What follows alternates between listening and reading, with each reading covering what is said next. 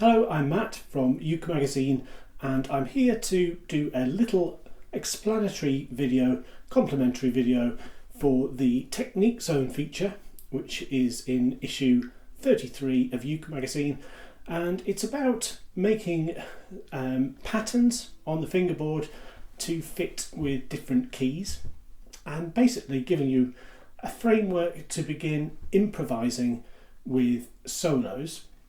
And I've mentioned in the video that when writing the article, I was using Phil Dolman's series of YouTube videos. I've got that set up ready to go. I've got the 12-bar blues in A, which I'll be using, but he has them in all major keys. And in the article, you can apply these different patterns to every major key. And just to check them, as I did, you can listen to Phil's videos and work with the patterns to produce your own solos. Now, I've given you a framework in the article, and the beauty of improvising is just that. You don't have to follow my framework, but it could be a good place to start.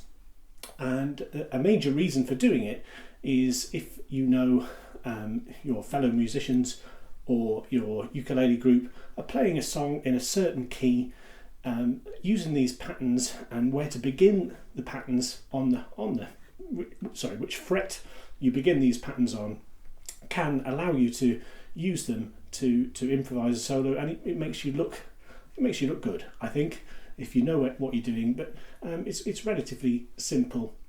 Once we get into the actual sequence of notes that you play in your solo, that is definitely up to you. But all of these notes in the patterns that I'm going to show you will work with the particular key that we're in. So without worrying too much at this point where we're going to start our pattern on the fingerboard, as it'll apply in various different places depending on what key we're in, the first series of notes we're going to use is this one.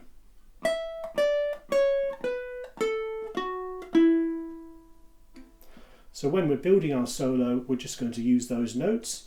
I've added an extra one in, which is the one in blue, which we're going to use when we do an example later on using Phil's backing tracks, because they're bluesy backing tracks, and that note in the scale that we're using, or in the pattern that we're using, is going to give us that bluesy feel. So this pattern, we can work out what key it will work in on the diagram. If you look at the red note, so that is this one. So we're on the 5th fret of the E string, and that is an A note. So this pattern will work in the key of A. So if your fellow musicians, your band, is playing a song in the key of A and you stick to these notes, doing them in a random order, they're going to fit well, and we'll demonstrate that now. I'm going to use that blue note as well that we mentioned.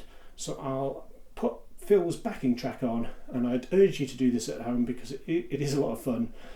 Get the pattern, put Phil's track on, and just noodle about, play those notes, stick to those notes for now.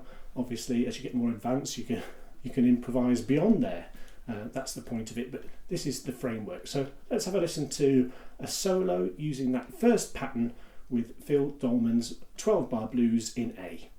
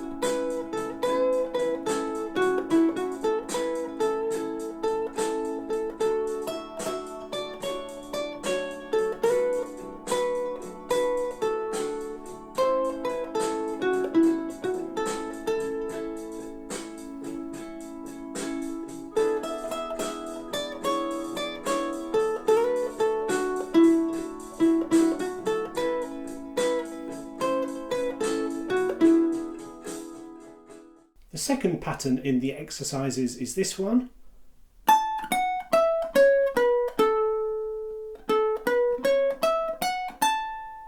Again, we're using notes in a major scale there, with the blue note is the extra one we've included for using it in a blues solo with Phil's backing track. And again, the red note in this series is the root note, the A in this case. So when we're starting at the 12th fret, that final note down there at the 9th fret is an A. So again, this pattern will work in A. Now, of course, if you are not playing in the key of A, these patterns are movable, and there's a key in the magazine which shows you where to move them. So I'll demonstrate a little simple solo, improvised, nothing special, but I'll play with Phil's backing track and do that solo now.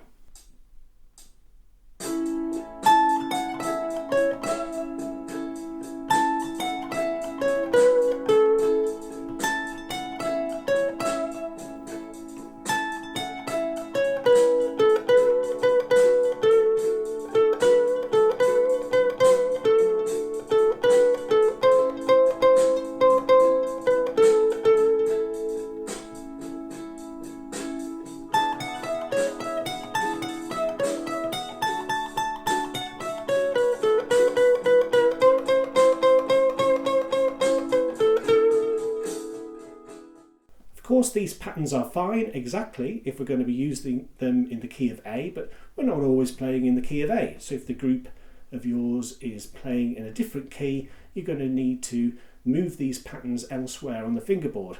And that's why I've provided a key of where to start them off in the magazine. But if we go back to that first pattern, the root note, the red note in the diagram, that's there. So that's our A, so that pattern is going to work in the key of A. Now if we move everything up one fret,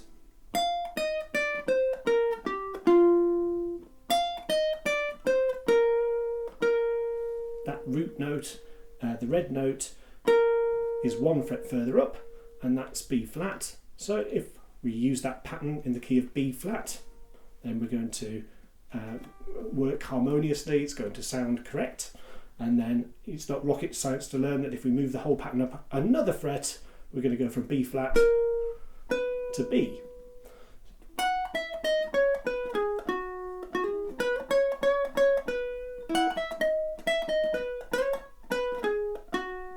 So that's the sort of solo we could do in the key of B.